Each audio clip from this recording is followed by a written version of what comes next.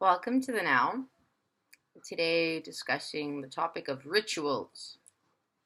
Rituals could be considered habits that you do in order of sequence that enable you to feel prepared or feel in the now and propel you towards what it is you want to do.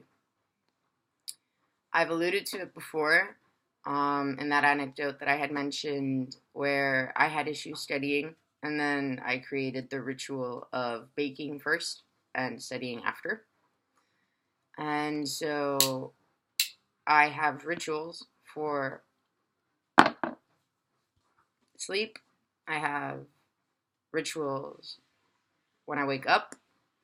And funny enough, when you land in the now, you notice that you tend to have rituals for a lot of things. And those rituals are extremely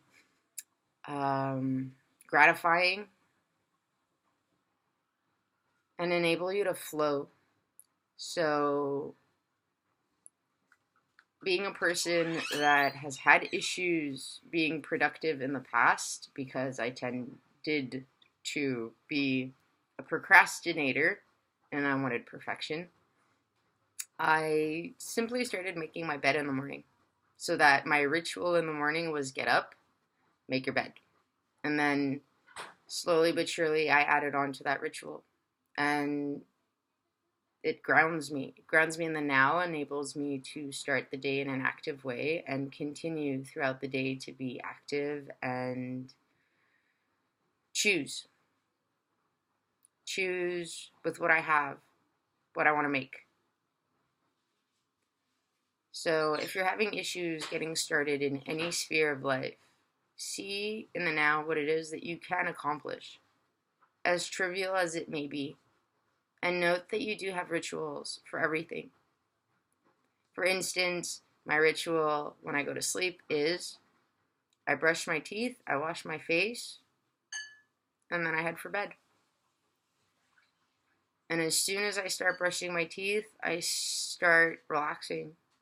And then I wash my face and I feel even more relaxed. And then I head to bed and I close off my night with 3 positive thoughts. 3 things I'm grateful for the day that was. And I also project and state gratitude for 3 things that are coming to me in the course of the evening or the next day. And then in the morning when I wake up, it used to be, as mentioned, I get up, I make my bed. But now I am integrating, I wake up and I think of 3 things that I'm grateful for that day. And then I get out of bed. And then I make my bed. And then I go brush my teeth. And so on and so forth. So, landing in the now, maybe look at those routines, those rituals that you get up to, and see if they are still functional. And if you want tools on how to integrate new routines, you can personal message me. You can also pick up a really, really good read, a book called Atomic Habits that I've mentioned before. I am pretty sure the author's name is James Clear, but I could be off. So don't necessarily quote me on that one, but it's a really, really, really good book to get you to land in the now and see what you're doing with these habits, these automated behaviors. Leaving you with one final little piece of information. Just because a pattern of behavior has been integrated into your lifestyle does not necessarily mean that it is at its peak or that it is the best possible behavior. A really good example of that is writing. Most of us all learned to write, and when we learned to write, at first it was practice. It wasn't perfection, it was just practice, writing those letters. And eventually, once we had a grasp of each letter, then it was fine-tuning or perfecting the way that we write. And now there must have been a point in time where your writing was super pretty. Maybe that was at school, maybe that was after, because you really derive joy from writing well. But when you take a look at how you write when you're rushed, clearly you don't write very well. And then if you do notice, perchance, your writing isn't the prettiest, not that it matters, but basically all I'm trying to say is just because you've got something down doesn't mean you've got it down perfectly right and it will forever stay that way. On the contrary, once a habit has been integrated and it is not reviewed, then it tends to degrade. So that's my little anecdote. Land in the now. Look at your functional patterns and see. Do you have rituals? Do you have habits? Are they making you happy?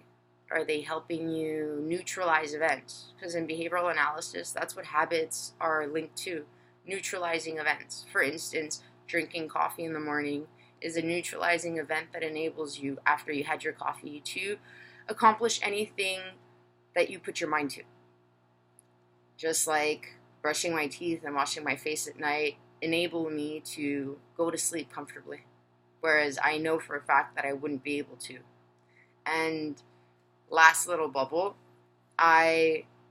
for reasons I'll discuss in another vlog, had this thing against flossing, or flossing was always an issue. And now I am just adding that sequence into my routine, into my ritual at night. So that first I brush my teeth, then I floss, then I wash my face. So I'll allude to it in another vlog. I have created a sequence of behaviors that reinforces each other. So thanks for tuning in. I hope that you find through this post a facilitated way to reach your goals, that you are inspired. And again, as always, feel free to share those little anecdotes with me. You can do it directly. You can email me. You can comment. Do what feels good. Do what feels right. Thanks for your time, your awareness, your, in French, volonté. So just that pure spark of whatever is going on in you. Thanks for that. Thanks for sharing. I'll catch you real soon. In the meantime, tune into you. And also, before I forget, okay, so we are the 15th of July, 2019, and I am teaching 2 yoga practices this evening at Asha Yoga Laval, which is in Quartier Laval, off of the 15. I will be teaching a 60-minute foundations practice at 7:45 and a 60-minute flow practice at 9:15, both p.m. If you're not sure how to get there, comment or send me a personal message and I'll give you all of the necessary information. If you've never been to the studio, you can benefit from 2 free practices. All you need to do is breathe. Everything else is a bonus. So if you want to show up, I'll be more than happy to guide you the rest of the way. So thanks again. Have a wonderful now.